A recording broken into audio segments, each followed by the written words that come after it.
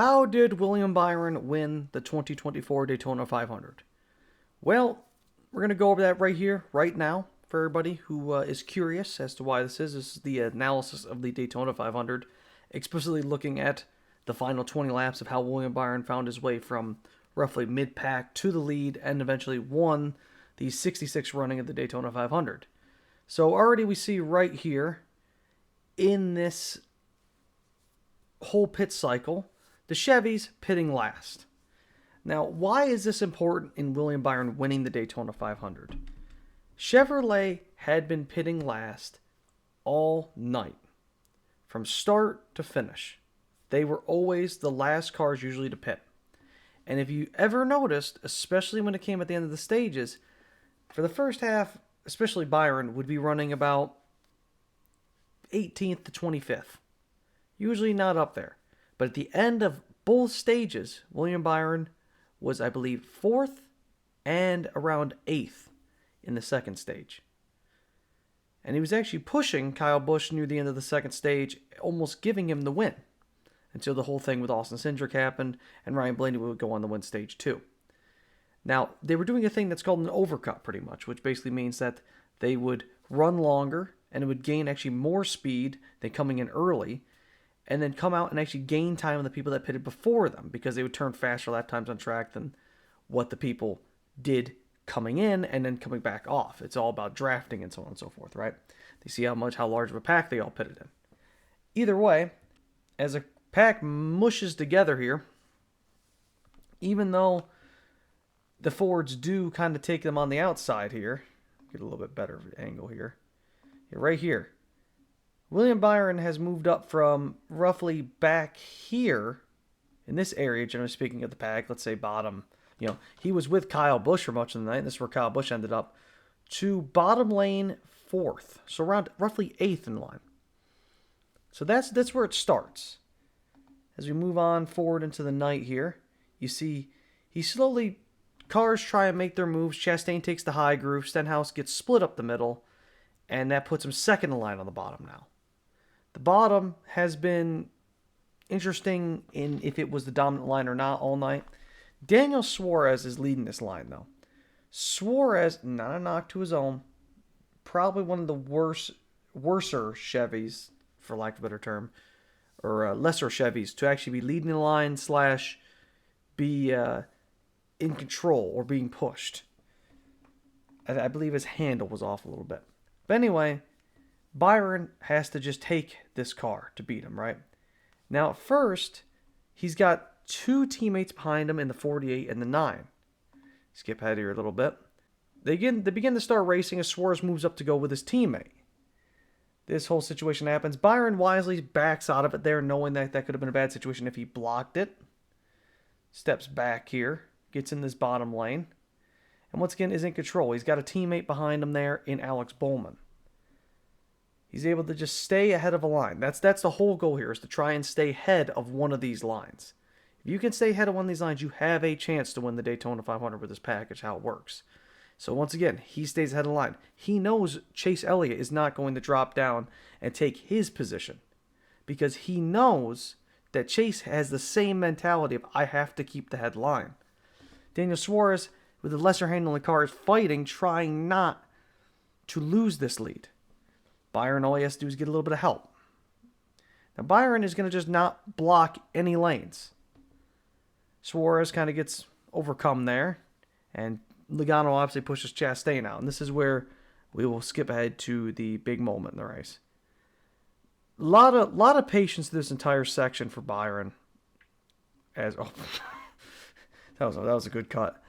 There was a lot of patience, I think, from Byron here and many of the cars as Chastain was throwing some blocks. I personally don't think Chastain's blocks were entirely what caused this whole checkup. Brad and Joey were trying some very unique moves to try and get by him. No fault of their own. They're trying to win the Daytona 500. I wouldn't blame them for making those moves. But nonetheless, they were making some dicey moves to counteract the blocks from Chastain. And they were doing some trickery as well. Anyway, Byron, though, this is where my personal highlight of him winning this race. This is the moment he wins the Daytona 500, or his, I don't know, highlight move. The probably the move of his career up to this point. So he's gonna start getting pushed by his teammate here. Bonk. Now this is already a bad sign. Look how off stagger Bowman is, and you saw in the broadcast, I'm sure. Unmentioned how close he is to Blaney here. Now this is good to an extent because you are kind of side drafting this outside car, but this is, you could very easily just doink it, turn him, and put him right out on the outside wall.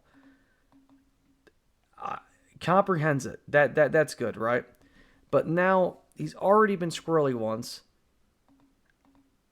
Hits him again in that same area, right? Oh, and just you can't counteract that.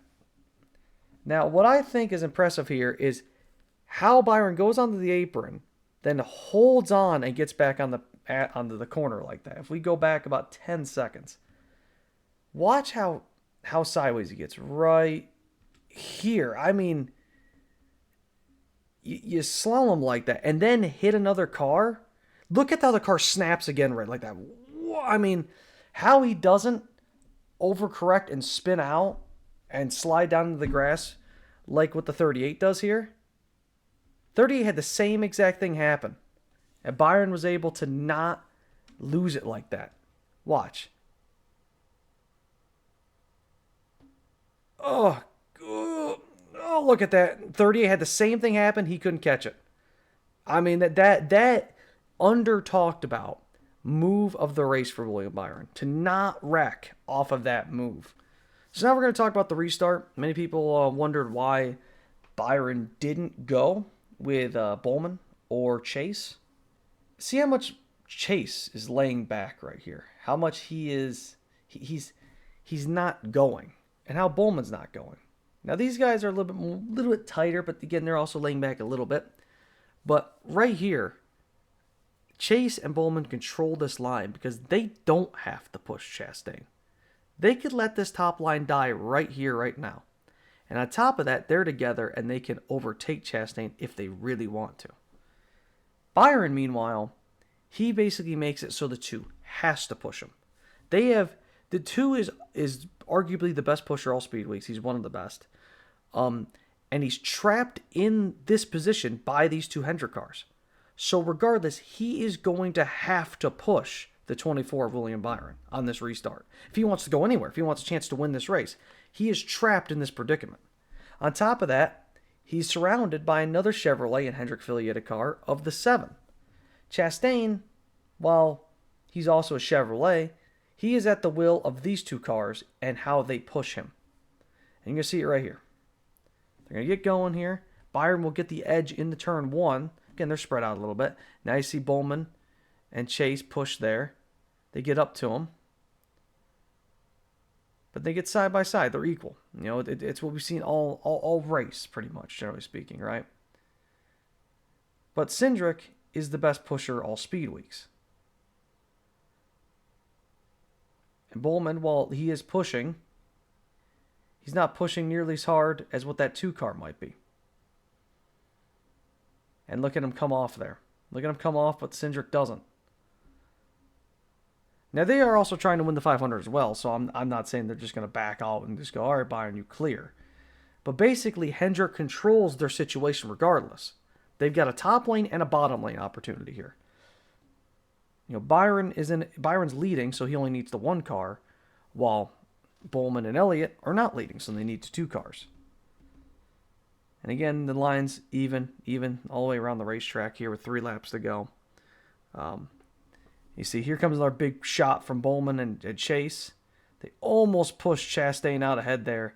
But you see, look at that tandem by that 2 car. I mean, that thing, along with most of the Fords there from Penske Enterprises, just incredible pushers. And with 2 to go, Byron is just trying to clear here. He could have tried to push it right there. Knew it wasn't the opportunity. He knows he's still got a great pusher. Also with the fact that that Ford can push in the tri-oval while Chevrolet can't. And now right here, this whole line, the whole outside line just dissolves because a 3rd lane gets formed. Chase goes and jumps on it. Bowman surely will shortly. And now the bottom lane just dies and Byron clears. So now it's single file. This is where I think some of his best moves come in the race as well, besides his save. This, so many times we've seen in the Daytona 500, a driver try and throw blocks when they get single file and wreck themselves. They're harsh blocks, door closers pretty much, where it's a big swerve up or a big swerve down. What he's going to pull here is what I like to call like fades. They're not door slammers where he just comes up and just slams the door in your face. They add a little bit of discretion. They're like, where is he really going to block? I don't really know. And we'll see it here. See, he comes down in the turn 1, turn 2. 7 car's also giving the 2 car some pretty bad pushes there. But as we come off of turn 2, watch this. Watch what he's going to do here. Riding low, riding low, riding low. See, they pull out a little bit. Byron hasn't moved yet. He moves, he waits a little bit. Watch, he doesn't move hard. He fades. He kind of moves up a little bit. And it allows him to block that top line run that gets formed, while also being able to comprehend this low lane move. Again, fades. Right here again. And you see, he doesn't go all the way down to the apron. You see right here, he is actually further off the yellow line than almost every car on the bottom lane behind him. And it allows him, again, if the 2 cars to make another move to the high side in turn 3, unlikely, Byron can again close that door. Pretty much, Cindric has to yield. He goes, man, he got me twice. He comprehended my move. I got to push him. We're going to go. This move is going to have to come on the white flag. LaJoie saw a move there by Chastain, didn't decide to take it. It was a very big run here. And this is where the run, again, to the line comes. This fade I'm talking about is what wins William Byron this race. Watch. So again, he knows this high line run's coming. He knows this bottom lane is what he probably wants to stay in front of. So he's got double-edged sword. Do I take this high line run that might get me side by side, overtake me possibly? Or do I stick with the bottom lane and it keeps me ahead? Which one is he going to take, basically? So he moves up. And through a little bit of luck here, he moves up right as the 2 car is getting hit by the 7, who is getting shoved by the 16. So it's a triple chain bump. Now, whether he just made this move out of pure luck, or if someone on the spotter stand saw that happening and said, go up, go up, go up, because that line's going to get absolutely jumbled because of that, who knows? But this little fade up, and again, the best move is the move he didn't make. He moves up, he makes 1 block. Rule of thumb, you can make 1 good block. Makes door slammer. Chastain has a door open. It's right here. Byron can't block that. He can't. The only thing he knows he can do now, and what he set himself up perfect for, is that he knows Chastain, if he moves down like this, is going to get in this line with this jumbled up mess possibly. And Bowman is going to be his pusher, along with 2 Toyotas. So here we go. He comes down and he gets lucky as they hit. And they wreck. Coming and lost the line, and ends up winning the race. Now, I want to say, why did they call the caution? I'll explain this as well. People don't understand this really. So they wreck. So right here, do we want to call it? Do we want to call it? No, we don't need to call it yet. You don't need to call it because it's 2 cars spinning, they just go through the grass. Don't need to call it 2 cars spinning, just going through the grass. Still need to call it 2 cars spinning, just going through the grass. Right here, that 2 car turns back right. They got to hit the button right there. That's when they hit the button. As soon as they see that 2 car turn back up the racetrack, they hit the button. Which is right about where that photo you saw, the NASCAR said that made the decision is. It's right when that 2 car turns back up track. Now, I know there's that one shot of the caution lights coming on, and it gets super close between Byron and Bowman on who was ahead. You gotta remember, the caution lights start in turn 1, and they circle around. So those lights actually in front of them, coming through the tri-oval, are the lights to last get the signal, because it goes around the racetrack. As soon as they go black, it's out. The caution's out. And it's actually even maybe, I would say, a half second before that. So, regardless, Byron won the race pretty, I wouldn't say obviously, but through what we see, he won the race. Again, if I go back to this little camera angle here, and we go with, because NASCAR said, and I think it was said also by I believe it was Denny Hamlin today on this podcast. As soon as that 2 car turns his nose back up towards track, that's when they have to yell. Right here, it's over. He's ahead. You can see. I know it's pixelated, but he is ahead. And Bowman doesn't really get ahead till about there, and the caution's already out by a distance. So that is how William Byron won the race. That's how he won the Daytona 500. Hopefully you enjoyed this little breakdown analysis. If you want to see more things like this, let me know. I enjoy doing these. I have fun looking through and assessing this stuff. I might do a breakdown of some of the wrecks and big ones that happened as well. Even though I already kind of broke down the big one that occurred. I might do the earlier crash and talk about that, or so on and so forth. But other than that, I hope people enjoyed. Until next time, I'll see you people in the future. Take care.